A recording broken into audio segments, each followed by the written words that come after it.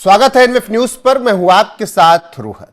देश की सबसे बड़ी समस्याओं में एक समस्या तमाम राज्यों में चेंज हो रही डेमोग्राफी। वो बात चाहे असम की हो, पश्चिम बंगाल की हो, बात हो बिहार की, उत्तराखंड की, झारखंड की या फिर तमाम और राज्यों की। डेमोग्राफी परिवर्तन बहुत ज्यादा हुआ और ऐसे में बंगाल जीतने के बाद अब एक नई सिरे से प्लानिंग हो रही है। और ये प्लानिंग कौन कर रहा है? देश के गृह मंत्री अमित शाह। अगले कुछ दिनों में वो कुछ बहुत बड़े कदम उठाने वाले हैं। इसी पर चर्चा करेंगे कि क्या वो डेमोग्राफी चेंज और घुसपैठ को लेकर प्लान बना रहे हैं। मेरे साथ वरिष्ठ पत्रकार पंकज प्रसून है। पंकज जी, बंगाल में तो काम शुरू हो गया, घुसपैठियों को निकाला जा रहा है, फेंसिंग के लिए भी जमीन दे दी गई, लेकिन इसके इतर क्या कुछ और प्लानिंग है जो गृहमंत्री अमित शाह कर रहे हैं? पिछले एक हफ्ते के अंदर गृह मंत्री अमित शाह बॉर्डर वाले जिलों में 3-4 बार गए हैं। एक बार त्रिपुरा गए, त्रिपुरा, मेघालय, असम, बंगाल, फिर इधर कल जो थे वो बीकानेर, जैसलमेर में थे। यानी वेस्ट बाउंड्री से लेके ईस्टर्न बाउंड्री तक लगातार यात्राएं कर रहे हैं। और अमित शाह अपने आप को इतना इन्वॉल्व किए हुए हैं किसी प्रोजेक्ट में, तो लोगों को सीरियस हो जाना चाहिए। अब क्या होने जा रहा है उसके बारे में मैं थोड़ी सी एक झलक बता देता हूं। एक आईबी की रिपोर्ट है, गृह मंत्रालय के टेबल पे रखी हुई, और रिपोर्ट यह कहती है कि ये जो जेनजी आंदोलन को लेकर ये जो भड़काने वाले लोग हैं ना, वो कौन लोग हैं जो सड़कों पे उतरेंगे। और उस रिपोर्ट में स्पेसिफिक कहा गया है कि आप पिछले 10-20 पत्थरबाजी की घटनाओं को देख लीजिए या पिछले 5 साल की देख लीजिए। ज्यादातर ये घुसपैठिए थे, जो बांग्लादेशी रोहिंग्या है ना, ये सब पत्थरबाजी में, आग लगाने में, सड़कों पे तोड़फोड़ करने में भी इंसिडेंट जोड़ा गया है। तो ये जो आईबी की रिपोर्ट है वो कह रही है कि चाहे वो दिल्ली दंगे हो या नोएडा में हिंसा हो या कहीं भी अगर पत्थरबाजी होती है, तो पत्थर फेंकने वालों की जब पहचान की गई तो इसमें बड़े पैमाने पर रोहिंग्या बांग्लादेशी पकड़े गए। और इसका कारण यह है कि उनके पास पैसे वैसे तो है नहीं, खोने को कुछ नहीं है, तो उनको पैसे देकर या दूसरे तरीके से रिलीजियस मोटिवेशन देकर लाया जाता है और ये काम कराया जाता है। पॉइंट नंबर 1, तो ये इंटरनल सिक्योरिटी के लिए बहुत बड़ा खतरा है। दूसरा, गृह मंत्रालय के पास एक और स्पेसिफिक रिपोर्ट है ये कि वेस्टर्न बाउंड्रीज में और ईस्ट में भी, खास करके बंगाल में भी, जो ड्रग्स का सारा कारोबार चल रहा है ना, वो जो 15 किलोमीटर जो बॉर्डर के आसपास का एरिया है, वो एक पड़ाव है। जैसे पाकिस्तान से किसी ने फेंका ड्रग्स, पंजाब में मान लिया कि बाउंड्री में किसने फेंका, और वो क्या करता है, पहला आके जमा किया जाता है वो 15 किलोमीटर के अंदर, और फिर वहां से डिस्ट्रीब्यूट किया जाता है। तो गृह मंत्रालय ने एक ऑर्डर पास किया है और उन्होंने कहा है कि किसी भी बॉर्डर के 15 किलोमीटर के अंदर जितने भी इलीगल स्ट्रक्चर्स है, अवैध निर्माण है, उसको तुरंत तोड़ो। और कुल 50 किलोमीटर बीएसएफ के बॉर्डर से, बीएसएफ जहां तैनात है वहां से 50 किलोमीटर तक पूरी पैनी नजर और हाई सिक्योरिटी होनी चाहिए। गृह मंत्री अमित शाह को सुना देता हूं, फिर उसके बाद चर्चा को आगे बढ़ाते हैं। सिर्फ सीमाओं की सुरक्षा कर हम देश की सुरक्षा सुनिश्चित नहीं कर सकते। हमने क्षेत्रीय सुरक्षा का राज्य सरकारों के साथ रहकर चिंता भी करना पड़ेगा और वो जिम्मेदारी का निर्वहन भी करना पड़ेगा। हमारी जिम्मेदारी है कि सीमा से नजदीक 50 किलोमीटर के किसी भी गांव में कोई अवैध निर्माण होता है तो हम सिविल प्रशासन को सूचित करें, कलेक्टर को सूचित करें, एसपी को सूचित करें। हमारी जिम्मेदारी है कि 50 किलोमीटर की बॉर्डर तक के सभी गांवों में जनसांख्यिकी का परिवर्तन हो रहा है, कृत्रिम परिवर्तन हो रहा है, तो उसके प्रति सजग रहकर राज्य सरकार को आगाह करें। पंकज जी, गृहमंत्री अमित शाह का साफ संदेश है कि पैनी नजर बनाएंगे, किसी भी तरीके की कोई अब गलती नहीं होगी, और जो ये अवैध तरीके से घुसते हैं लोग, इन सब पर नजर रहेगी, और 50 किलोमीटर तक बॉर्डर के गांवों पर सरकार की अब नजर रहेगी। ये 50 किलोमीटर कुछ ज्यादा नहीं नजर आ रहा है? इतनी सिक्योरिटी क्यों? नहीं, 50 किलोमीटर तो बीएसएफ का कार्यक्षेत्र है कि बीएसएफ अगर चाहे तो 50 किलोमीटर अंदर तक जाके जांच वगैरह कर सकती है। ठीक। और वो उसके मूवमेंट पे आप स्टेट पुलिस जो है वो रोक नहीं लगा सकती, वो जहां चाहे जांच कर सकती। ये इसका कार्यक्षेत्र निर्धारित किया गया है।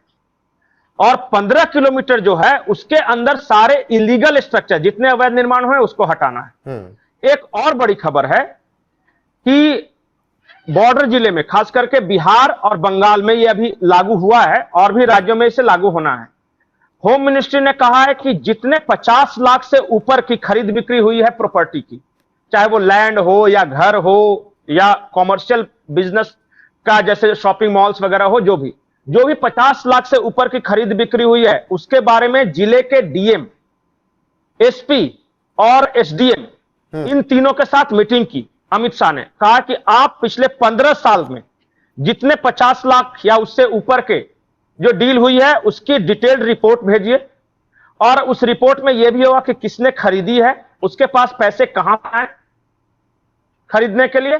और एक स्टेप और बताया गया है कि आपको यह भी पता लगाना है कि इलाकों का कौन सा नेता हो या बड़ा बिजनेसमैन हो या रिलीजियस लीडर हो जैसे मुल्ला मौलवी हो जिन्होंने फ्रीक्वेंटली यात्राएं की हैं सस्पिशियस कंट्रीज में। वहां सस्पिशियस कंट्रीज लिखा हुआ है।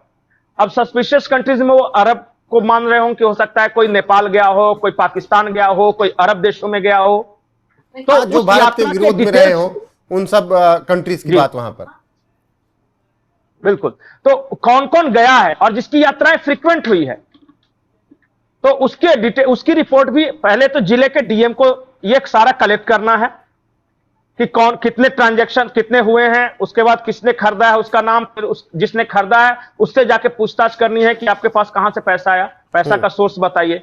और फिर अगर मान लिया किसी नेता का या उस तरह के व्यापारी ने बड़े पैमाने पर बनाए हैं, मान लिया कि मस्जिदें बनाई हैं या मदरसों का निर्माण किया हो, जैसे बिहार के सीमांचल बहुत बड़ा शॉपिंग मॉल बना है जिसमें एक राजद के बहुत बड़े नेता, अब नाम नहीं लूंगा लेकिन उनका पैसा लगा हुआ है, वहां के स्थानीय लोग बताते हैं। इतना पैसा उनके पास कहां से आया, क्योंकि वो कम से कम 100-200 करोड़ की चीज है वो, तो कहां से आया, तो ये उनको बताना होगा। तो ये जब करना है, ये रिपोर्ट इनको सौंपना है सितंबर लास्ट तक। फरवरी में सीमांचल गए थे अमित शाह, उस वक्त ये बैठक की थी। और जब बीजेपी की सरकार आई तो सेम निर्देश है वो पश्चिम बंगाल के लिए। तो मकसद यह है कि पहले फाइनेंशियल उनका जो सप्लाई लाइन है उसको ध्वस्त करे।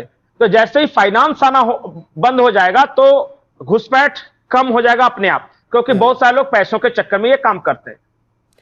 दूसरी बात यह है, ये तो पहला हो गया। दूसरा, जो उन्होंने जो हाई पावर कमेटी बनाई है डेमोग्राफिक चेंज के लिए, उस कमेटी का काम यह होगा कि आप जगह जगह जाकर यह पता लगाएं कि कहां कहां डेमोग्राफिक बदलाव हुआ है। जैसे कि आप मान लिया कि आप प्रयागराज के किसी मोहल्ले में रहते हैं और वहां पहले आप 80 परिवार हिंदू रहते थे और 20 परिवार मुसलमान था, लेकिन पिछले 15 सालों में अब 80 परिवार मुसलमान है, अब सिर्फ 20 परिवार हिंदू बचे हैं।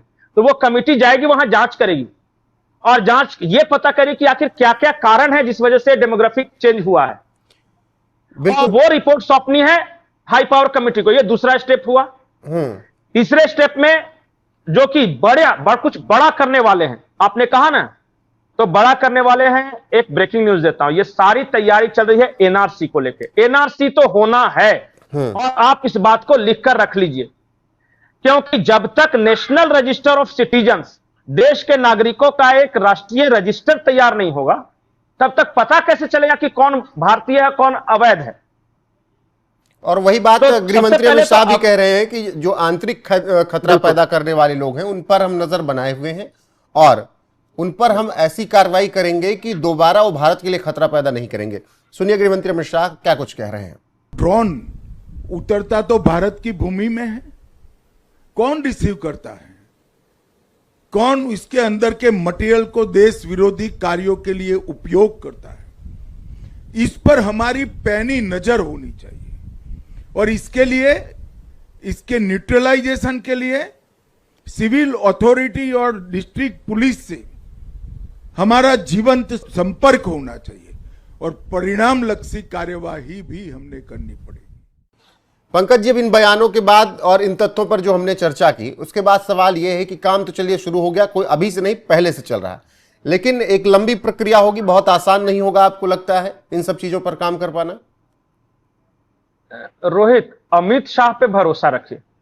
मैं सिर्फ एक ही बात कहूंगा, अभी ये जो बोलूंगा तो बहुत सारे लोगों को अतिशयोक्ति लगेगी, लेकिन आजाद भारत के इतिहास में इतना डिटेल्स में काम करने वाला और अपने आप को इतना झोंकने वाला गृह मंत्री नहीं मिला है। मैंने सरदार पटेल जी को नहीं देखा, मैंने जो कुछ भी उनको जानता हूं वो पढ़ा है, लेकिन जहां तक मेरी याददाश्त मेरी राजीव गांधी से शुरू हुई है।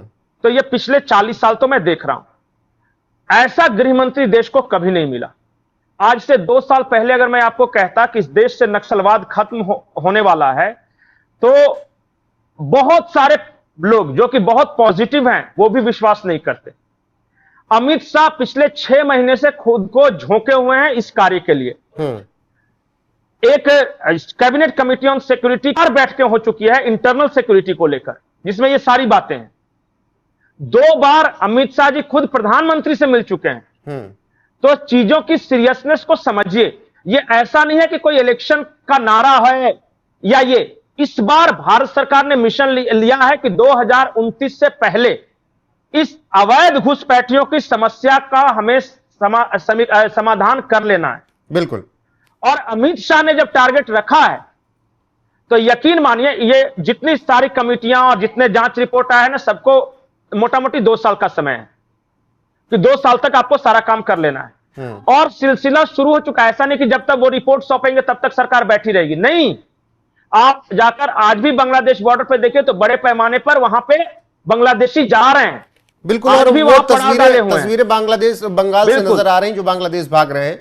और वही बात आपने कही कि जब अमित शाह ने टारगेट किया है तो फिर वो काम पूरा होगा 2029 तक या 2031 तक, जो भी टारगेट सेट किया जाएगा। लेकिन हाँ, देश के लिए ये जरूरी है कि डेमोग्राफी परिवर्तन जो हुआ है वो ठीक किया जाए, घुसपैठ जो अलग अलग जगहों पर है उसे साफ किया जाए, और इसके लिए गृह मंत्री अमित शाह काम कर रहे हैं। बाकी बने रहिए हमारे साथ लगातार देश और दुनिया की हर एक अपडेट के लिए। अभी के लिए बस इतना ही। नमस्कार।